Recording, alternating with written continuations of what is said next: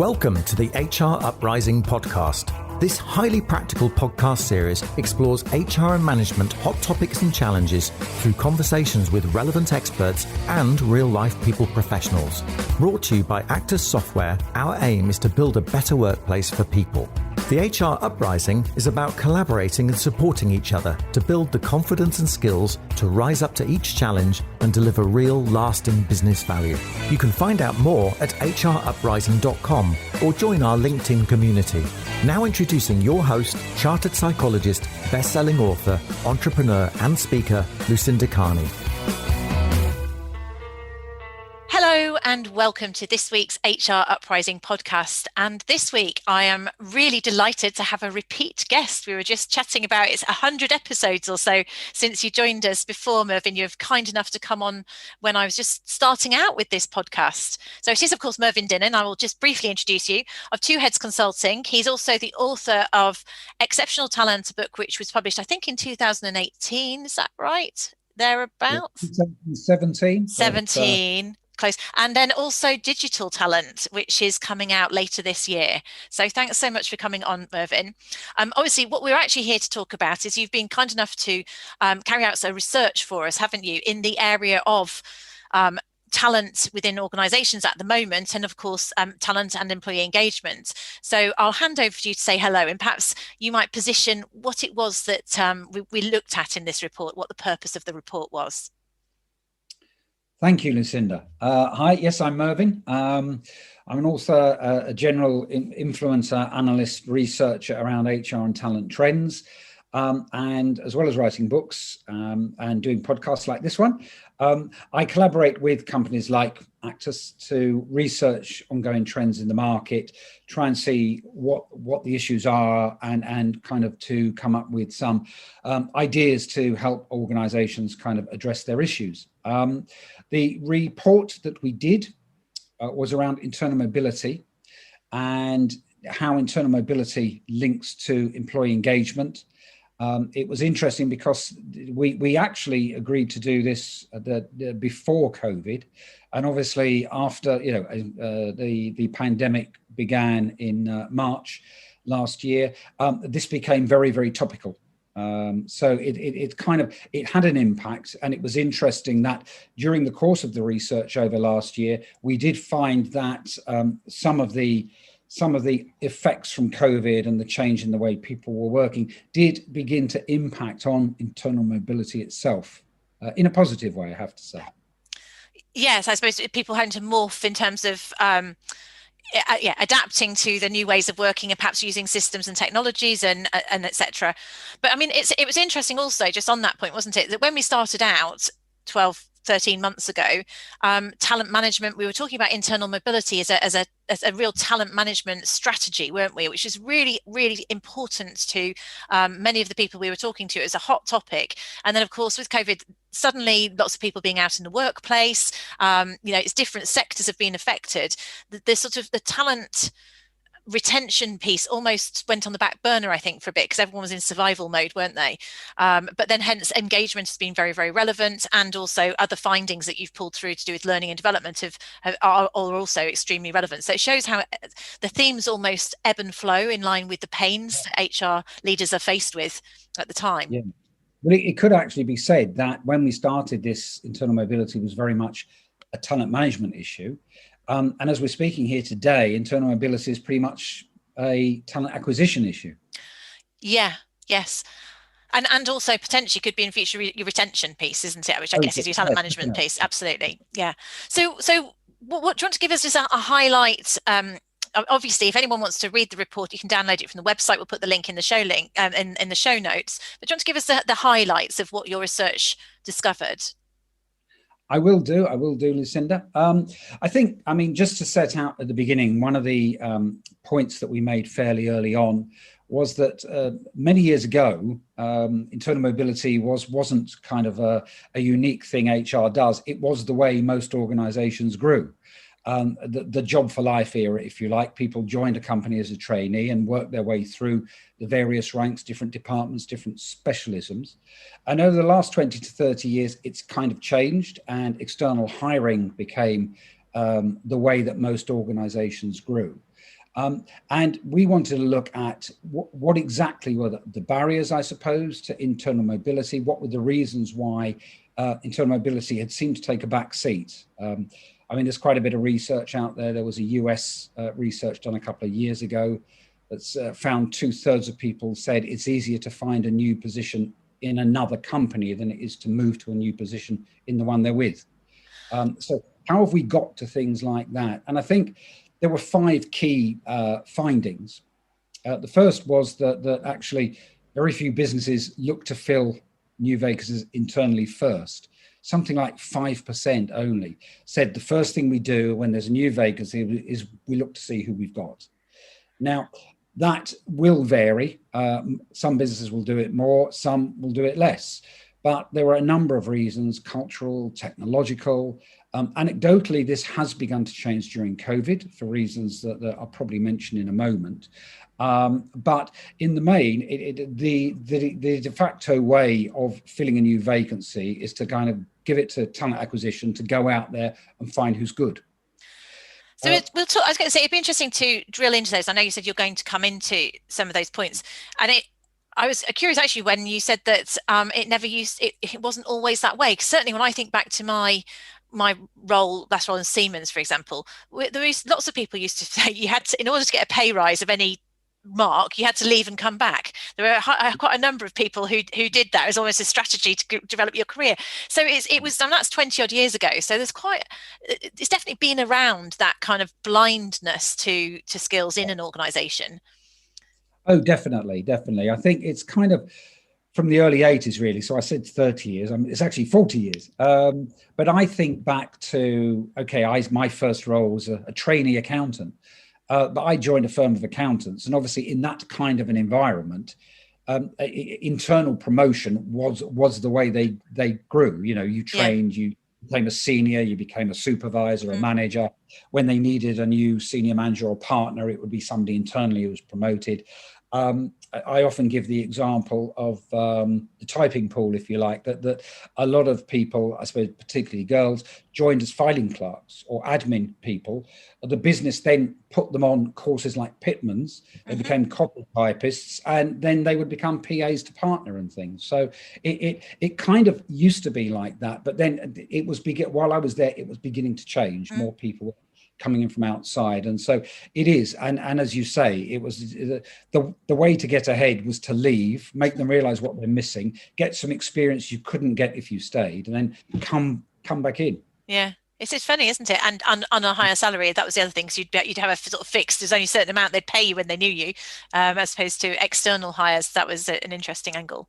So in the report, I do quote research from Peter Capelli and Matthew Bidwell of Wharton School of Management, when their 2019 report said that external hires take on average 3 years to perform as well as an internal hire promoted to the same job, but identified that employees moving internally can take up to 7 years for them to earn as much as an external hire being paid to come in and do the same role. It's funny, isn't it? So it's costing us money. It's actually costing us. So not only is it costing us money to recruit using the agencies and the recruitment and all that training up to do that, it's quite we're not performing at that rate. These people are not performing, and you do have something like a third, don't you, of people who leave as well. So you don't get it right every time either. So you've got that whole pain of losing this external talent. So sorry, I took you off on a detour then. So you were telling me your first, that was so the first point you came up with is that less than 5% of vacancies less than 5% of businesses look to fill new vacancies internally first. And I suppose if you're listening to this and thinking, wow, maybe that's one thing as an HR person we could change, is let's at least look internally first. Let's bear in mind these facts. Why don't we look internally first before automatically going externally? Indeed. Well, we found that a number of the factors, all the factors pretty much split into 2 camps, cultural or technological. Right. So I suppose looking at the cultural first, the next finding was we were trying to find out how important internal mobility was to business leaders within organizations. And it was 21%. So only 1 in 5 felt that the leaders of their organizations thought internal mobility was important. And that was supported anecdotally through the interviews we did as well. Some business leaders feel that to keep moving ahead, they need a broader mix of skills, perspectives. They need to bring in people from the outside who've worked in different environments and can bring something new. So that, I mean, initially you think, well, that is something that can be changed from within. And then you couple that with the 62% said that employees leave to take on roles in other companies that could have been offered to them had they stayed. Yeah, it's crazy, really, isn't it, when you look at it in hard figures like that? So, Yes. I mean, there's something here. It sounds like it's about leaders being prepared to develop people, almost looking at. I don't know. Well, whether it's that they can't be bothered, or they actually feel, So there's also that bit about people feeling nervous. They don't like to develop people above them. Some, I'm generalizing. Some people are sort of think like that. It's just interesting, isn't it, in terms of what it is that we could do to change this, I suppose. Yeah, well, I suppose if we go back a stage, all the research I've been involved with and seen over the last few years says that the number one reason people join and the number one reason people will stay with an organization is if they have the chance to grow, develop, and learn new skills. Yeah. And some research we did 2-3 years ago we surveyed 14,000 job seekers. And yeah, that was the number one thing they looked for in a new organization, is the chance to grow and develop. 91% said that when it comes to choosing one company over another, it will be the one where they feel they have the best opportunity to learn and grow. So, I mean, this is what people want when they join. And it can't be part of employer branding. I know I'm jumping to, I think, one of the conclusions at the end of. But quite often this is used as almost employer branding, join us, we can do this, we can do that. And some parallel research we did about a year ago when we were looking into hiring managers. One of the questions we asked there was that who takes responsibility for having conversations during the hiring process about the future opportunities for growth and development? And what we found is that nobody in particular. There was no one kind of person, department, ranking took that responsibility. Some of the times it's the hiring manager, some of the times it's talent acquisition, some of the times it's HR or L&D as part of the interview process. Some of the times it might be a director if it's more senior, but nobody takes responsibility for those conversations when somebody comes in. So they don't realize, do they just not realize that is the primary reason that it's such a strong driver for people? I'd like to think that they do get that, but as we said, I keep going back to that US stat, 2/3 say it's easier to get a job elsewhere than it is to move within their own. I think that there is, I suppose there's a couple of things there. I've already said about the only 1 in 5 leaders think it's important. There is this thing as well, another one of our findings about the short-term or siloed thinking, more from managers.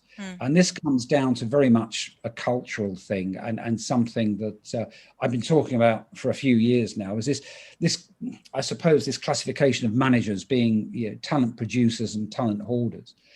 And one of the problems that we uncovered during this was the visibility of information.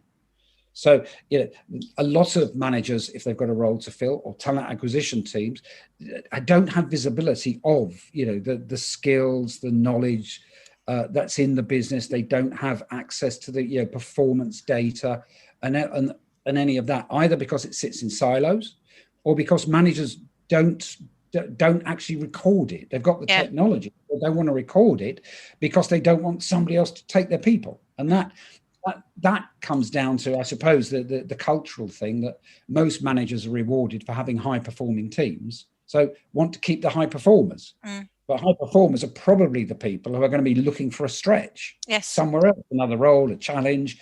And so, they will leave. They are in the 62% who leave to get a job that they could have had internally. Whereas if we find a way to reward and encourage managers to produce talent for the whole organization, we won't have the siloed thinking. There'll be much more availability of data and information around the business. Yeah, it's got to be much more. It's a bit whether we're talking about succession planning. It's interesting to think about how whether you solve it at a managerial level. Obviously, it is an organisational development thing, isn't it? In many ways, so you've got to look at the overall system to enable there to be journeys, and that's where things like graduate programs or other secondment type programs you can manage within an organisation that can facilitate people to learn and grow. But I just wondered if some of it is down to the basic skill set of line managers to be able to coach, to almost, I mean, one of the things I think everybody without exception has learned a huge amount over the last 12 months, whether the thing is they might not realize that they have. It may not be the things that they wanted to learn, in fairness, but most of us have learned how to, operate digitally, how to manage time remotely, how to, if you're a manager, manage people effectively remotely. We've all had to develop new skills in response to the situation. But I don't know whether if we stood back, people realize that they've learned stuff. And sometimes I think that's where a line manager doesn't have the coaching skills almost to sit around and say, okay, so what have you learned? A lot of the learning now is on the job learning. Just because you've not been on a formal training course, what is it that you've learned, or how have you developed, or how can you develop yourself? And I just wonder if some of that, if managers just had a greater awareness about coaching type skills, whether that would help a little bit. I'm sure it would. I think that, but again, it's cultural. I suppose you need to look at the leadership. What is the culture? How are people rewarded? What constitutes success? As I say, is it having high-performing people or creating high-performing people? And also, one of the things we picked up was that there's a slight difference in approach between filling a vacancy that's arisen because someone's left, and filling a vacancy that's newly created. So it's brand new. You've added a new role in, and there is a difference. Mm. What would they do? As in, they would think about it differently, or? They do, but it's slightly more. I mean, it's thin margins, but slightly more businesses in our survey and anecdotally through the interview said that they would look to fill it internally if it was a brand new position. But that was counterbalanced by also a slight increase in the people that would go external, and because they saw that as a point to bring in fresh perspectives, new experiences. This kind of thing that I think we've heard senior managers and leaders talk about in the past. We need to get people in from the outside who've different worldly experience, who've experienced different things and have got a much broader perspective.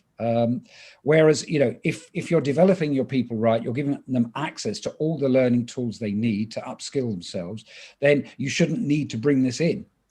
No, and I was wondering, it's also if we're just not very good at understanding the skills. When they say that, all of those are typical terms, aren't they? Oh, we need greater experience, broader experience. That's quite waffly generic, just saying we think we want something different. Someone's just going to come in and fix all our problems, and because they've worked in another big company, they're going to be good at it, or let's say a similar business or something, or a competitor. But actually as not necessarily being very good at thinking in terms of skills and behaviors, and organizations aren't necessarily great. So if we think about talent management, or if I think about, let's say, a talent profile, we might think about what are the skills and the behaviors that make someone really successful in that role.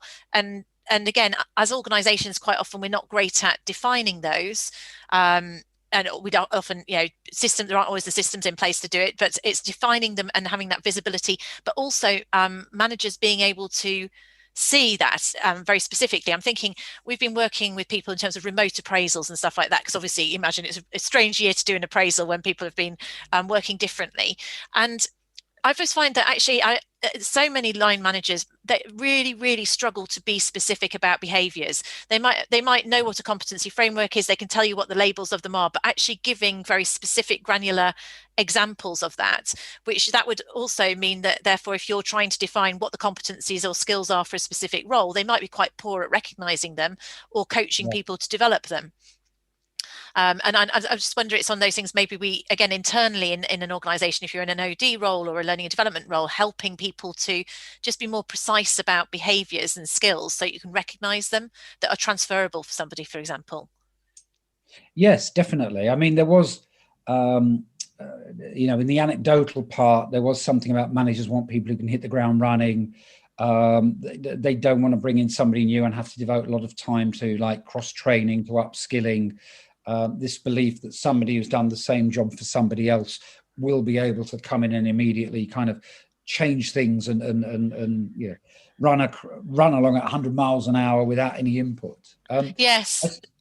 No one really wants to train anyone up, do they? But if you think about it, it's completely illogical if you think about it. So bring someone in from a different company just because they were good at that job, but they've got all of the particularly in a remote environment, all of the stuff about that new organization, new culture, new ways of working, whereas actually an internal person may actually be much quicker. They've got less to adjust to in terms of they've just got to look at the new job, not the whole new company. But That's right. Now, interestingly, there were two findings. So we're talking about managers here and we're talking about leaders. So I suppose two findings we found, particularly from the anecdotal evidence and the interviews, on the employee side. One was it only happens when it's employee led. So if employees can kind of put themselves forward for things. But also there was an interesting one that a few said to us that employees don't always see internal moves as an opportunity to progress. Okay. So this 30 to 40 years of external hiring has, I suppose, also created amongst the people who work for us thinking that as you said before, they can only get ahead by leaving.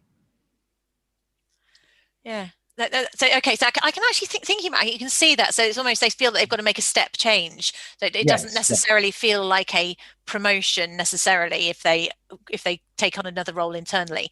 But that's interesting, isn't it? Because they would be learning and growing. So people say that they want to learn and grow, but that's almost seems slightly contradictory because a new role you are going to learn and grow.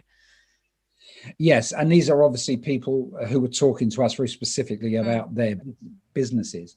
But I think that I suppose learning and growing and progression are there, and it might well be that it's kind of they seem to be aware of people they know who seem to be developing faster elsewhere, or that old kind of getting together. I mean, at the moment, it's obviously Zoom chats with people you used to go to school with, people you used to work with, all these catch-ups we're now used to. Yeah. It's like, that kind of, oh my God, here am I doing the same old job for the same guys. I love the business, but these people are really kicking on. And it's that kind of thing as well, I think, which you can't, if you give people the opportunity to do that, almost self-direct their own development, then you won't get it as much as if it seems a very structured organizations. And the thing about it only happening when it's employee-led was interesting because this kind of ties it back into being a talent acquisition problem, in that quite a few said that employees don't actually know what vacancies there are. So a manager, a senior manager, a leader might brief a vacancy to the TA team, but other people in the business don't know about that vacancy.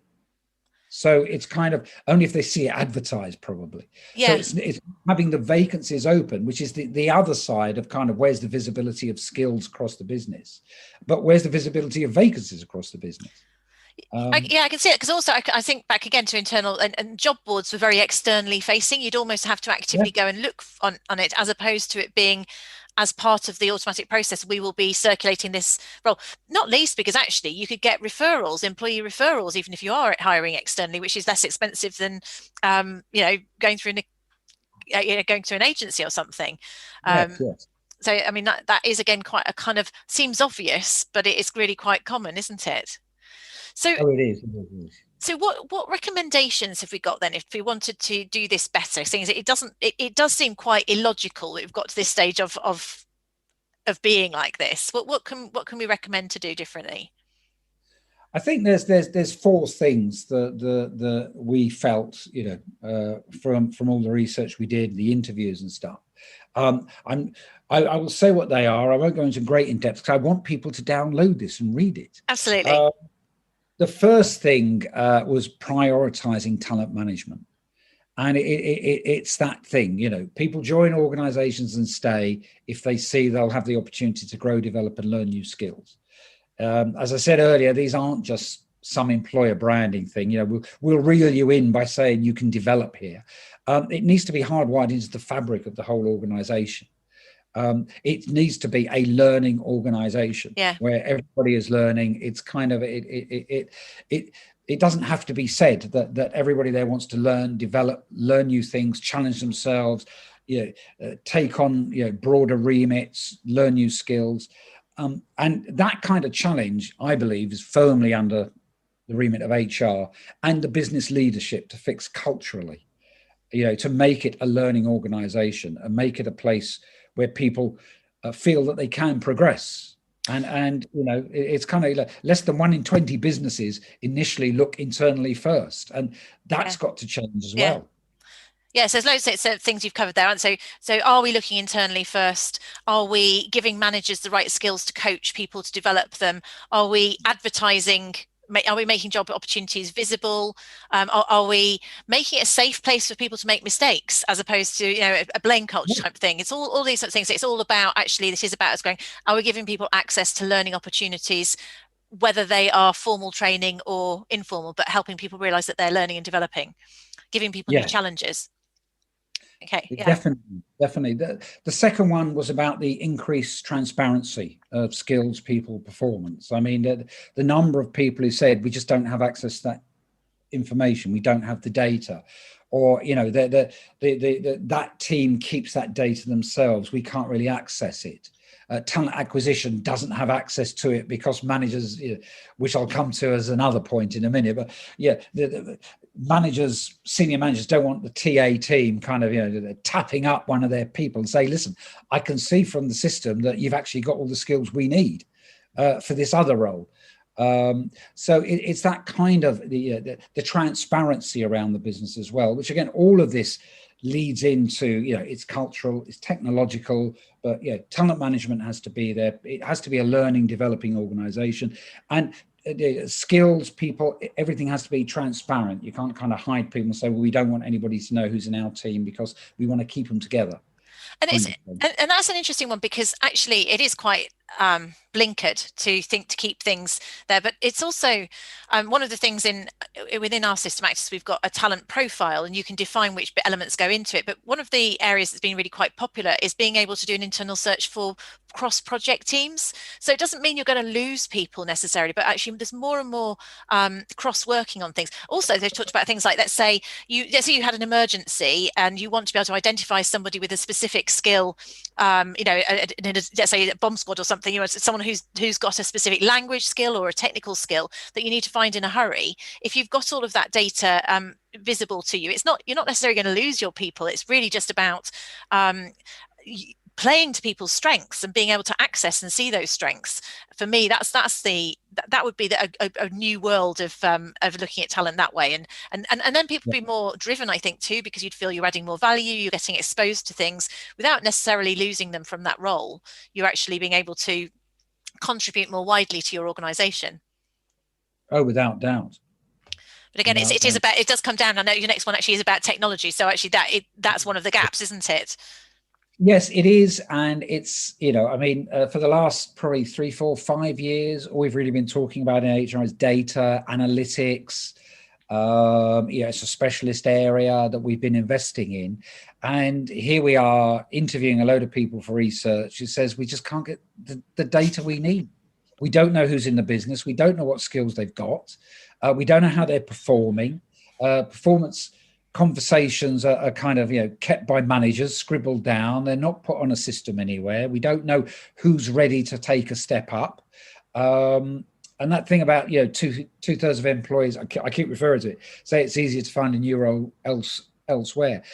That shouldn't happen. If the technology supports employees, records performance conversations, makes the data analytics available to managers, leaders, and the talent acquisition team, then internal transfers become easier. If it's a very open, culturally, which is flagging up the next one, but it's a very open organization like that, then it's kind of all these things flow seamlessly.